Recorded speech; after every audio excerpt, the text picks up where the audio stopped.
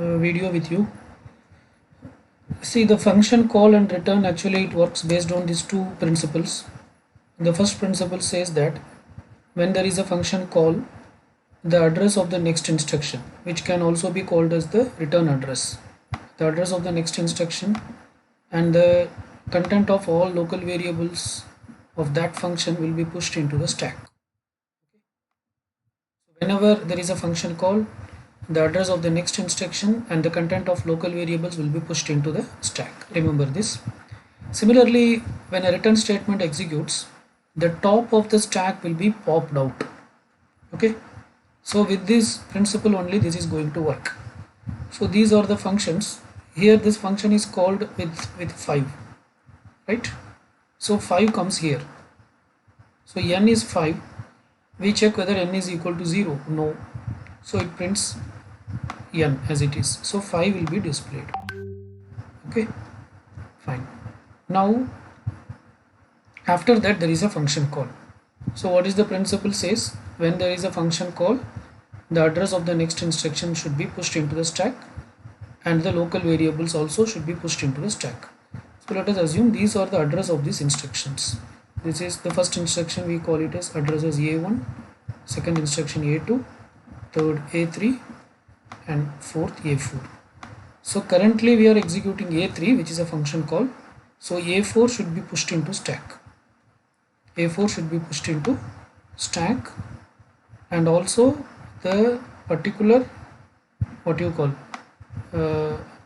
whatever the value of n at that time, that also should be pushed into stack. So the address A4 is pushed into stack, and currently what is n value? 5. So the n is the local variable here. Okay, see, n is 5 only. Here we are calling with 3. That doesn't mean it becomes 3, because this is n we are not changing. Still n is 5. 5 minus 2 is 3. So this 3 is a separate constant. This is not part of n. Current n value is 5. That is pushed into stack. Okay, right. So after pushing this into stack, then only the function call will happen. Now function 2 is called with what value? With 3. So here n is received as 3. Again here we check whether n is equal to 0. No, it's not 0. So print of n. This n value is what? 3. Okay. Now we call function 1 with plus n. See, this is pre-increment. So first n will increment. N becomes 4. So now n becomes 4. It is not a separate constant. N itself is becoming 4. After that only function is going to call. After that only function n1 is going to get called.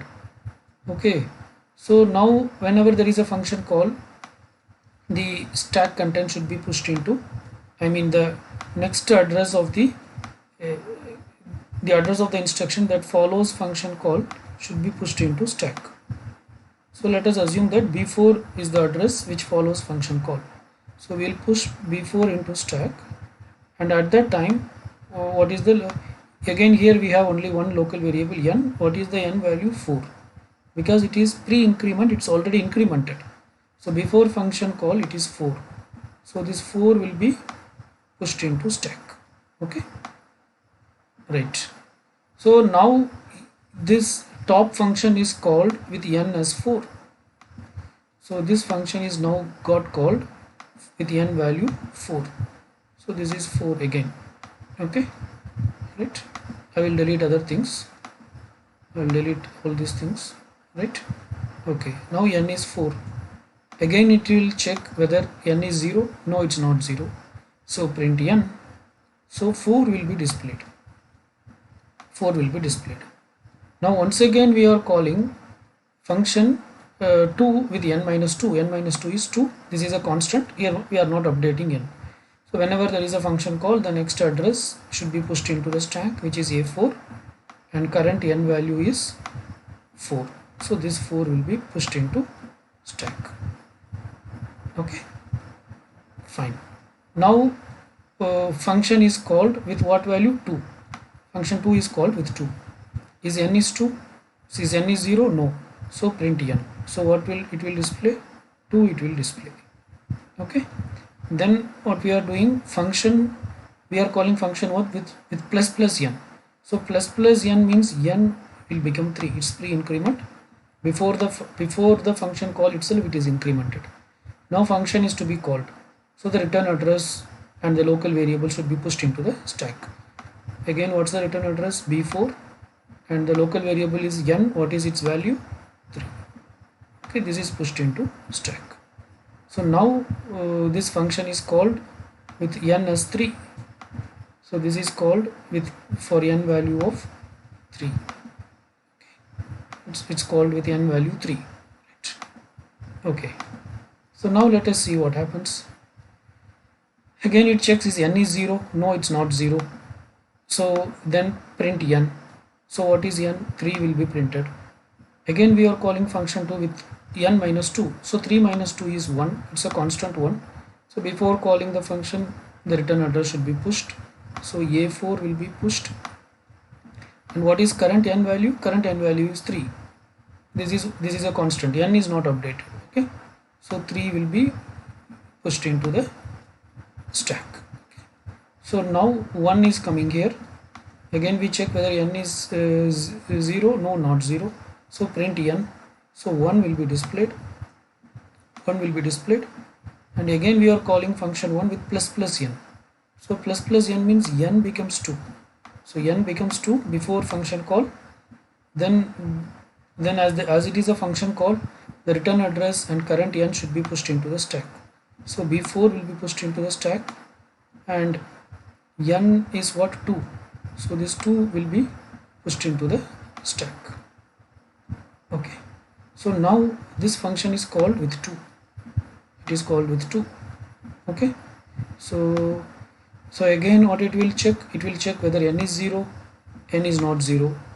If n is not 0, it should display whatever n as it is. So current n is 2, so 2 will be displayed. Okay, 2 will be displayed. Then again we are going to call function 2 with n minus 2. N is 2, 2 minus 2 is 0. Okay, so before this function call happens, what should happen? This return address is what? A4. And what is current n value? What is current n value? Current n value is 2. So that will be pushed into the stack. Okay. Right. And now this function will be called with n as 0. Now it checks whether n is 0. Yes, n is 0. Okay. If n is 0, what should happen? Return. This is the first time we are executing return. Okay. So now you recall, whenever this, what is the second principle says, whenever there is a return statement, what should happen? The top of the stack should be popped out.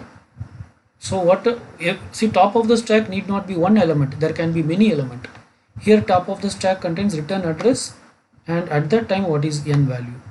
So it means the control will go to A4, control will go to instruction A4. So this will come out, control will transfer to this address. So what is A4? This instruction, and at that time what is n value? 2. At that time this is the n value. Okay. So it will display what? Print of %d, n value is 2. So it will display 2. Okay. Right. So again after this you see this close bracket. Close bracket means what? Close bracket means return. Close bracket actually means return. Okay, so again it is a return statement. So once again the top of the stack will be popped. Now top of the stack is this. So it says that go to address B4 and current n value is 2. So B4 is this. So this print will execute, and what is n value? 2. So 2 will be displayed. So this is also moved out, right? Now after this what? Again it's a close bracket. Close bracket means once return. So again pop the top of the stack. What is top of the stack? A4. So it means go to the address A4 and current n value is 3. So A4, this instruction will execute with n value of 3. So 3 will be displayed. Okay, so this will come out. Okay, again you see this instruction, this close bracket, which means return statement. So whenever there is a return statement, pop. Now what's the top of the stack? B4 and with n value 3. So go to B4 with n value 3. So print of percentage d n. So 3 will be displayed once again. Okay, so now this is popped out. Again, what is this statement? Close bracket. So which means return, which means pop the top of the stack. Now what's the top of the stack? The return address is A4 with n value 4. So A4 will be executed with n value 4. So A4 is a print statement, print of percentage dn. So 4 will be displayed and this top element of the stack will be removed. Okay, again what is this? Again it's a close bracket, so which means it's a return statement. So so what should you do? Pop out of the stack. So B4, so this will come out. So the return instruction, return address is B4 and n value is 4. So again it's a printf statement, print of percentage d n is 4. So 4 will be displayed. Okay, so now this has come out. Again there is a close bracket, so which means pop. So when you pop now, the return address is A4 and current n value is 5. Okay, so go to A4, assume n as 5. So print of percentage dn means it will display 5. It will display 5. Okay, so this has also came out. Now also there is a return, now also there is a close bracket, but if you execute, if you pop, what will happen? Stack is empty, right? So how long this pop should happen, in the sense until stack becomes empty. Okay, or you can assume if there is a main function, there the control will go, and again if there is a pop, the stack is empty. It means that whenever the stack is empty, the control will go back to the compiler. Whenever the stack is empty, the control will go back to the compiler, and so the program will terminate. Okay, so we are getting this type of output, right? So it is not only with for any function, this is the rule.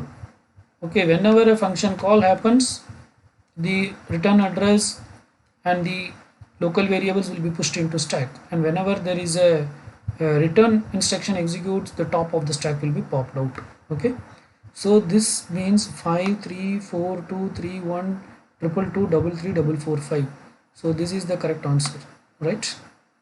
Okay, morning I said this because I have not observed this plus plus n. Okay, I thought it is post increment or something like that. Okay, I thought this is equivalent to this. I thought it is n plus 2, right? So okay, so if you consider so for this code, this is the correct output, this is the correct output, right?